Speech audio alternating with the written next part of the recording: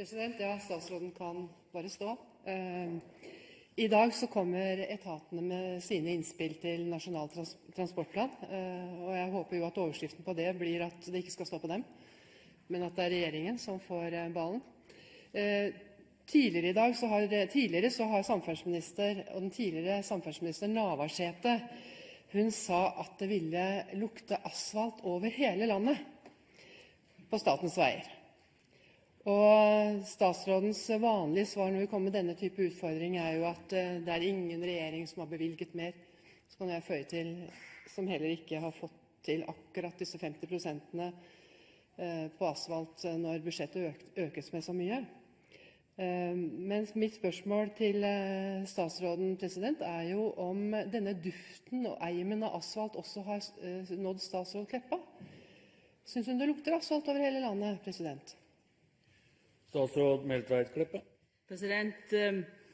Jeg håper jo at i løpet av sommeren, som da er asfaltsesongen, altså sommeren 2011, så håper jeg jo at det lukter noe asfalt i Østfold også. For det ble i hvert fall lagt noe asfalt, som det ble i de øvrige fylker. Og der er jo et eget program som vi nå føler. Asfalt er jo en viktig del av vedlikeholdet på norske veier. I 2011 så fikk Statens vegvesen det beløpet som de ba om når det gjaldt vedlikehold, og det var faktisk en økning på 60%. Det understreker jo også at det er viktig å ivareta det veinettet vi har. Samtidig så har vi altså videreført det høye nivået på vedlikehold, og vi har lagt til rette for ytterligere prosjekter. Vi skal åpne 8 nye større prosjekter i år på riksveinettet. Vi har varslet inntil 18 nye større prosjekter til Stortinget. Det skal Stortinget få ta stilling til i tur og orden. Og til de samlede rammene, så er det altså slik at etatene er bedt om å legge fram forslag til ulike rammer. Et alternativ er 45. Regjeringen har ikke tatt stilling til rammene og ei heller til innholdet på dette tidspunkt. Det skulle jo ellers bare mangle. Det er Stortinget som skal ta stilling til hvordan Nasjonal transportplan endelig skal se ut, og det vil skje våren 2013. Representanten Schou til oppfølging.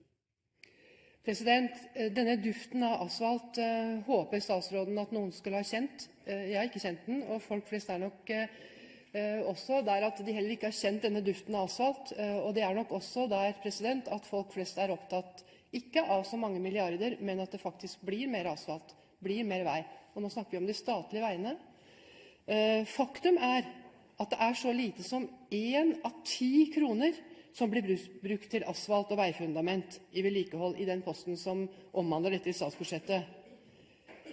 De øvrige pengene, de går til administrasjon, til byråkrati og til drift på statens veier, og altså ikke til asfalt. Er det da et riktig inntrykk at regjeringen fremstiller det som at det er duften av asfalt som er det fremtredende, når pengene faktisk ikke går til det som statsråden nå forklarer Stortinget at det går til? Statsråd Meltveit Kleppa. De pengene som vi har meldt til Stortinget skal gå til vedlikehold, inklusiv asfalt, de går til det.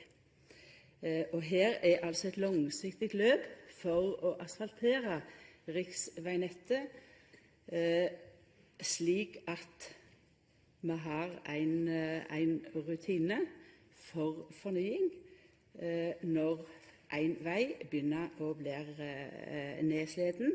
Dette kan sikkert Statens vegvesen si enda nøyere om hvor det skjer, fra fylke til fylke. Men jeg har i alle fall fått tilbakemeldinger fra atskillige som var på tur i sommer, som opplevde plunderheft fordi det så skilt om vegarbeid, og det gjaldt både asfaltering og annet vegarbeid. Trøsta er at det blir stadig betre.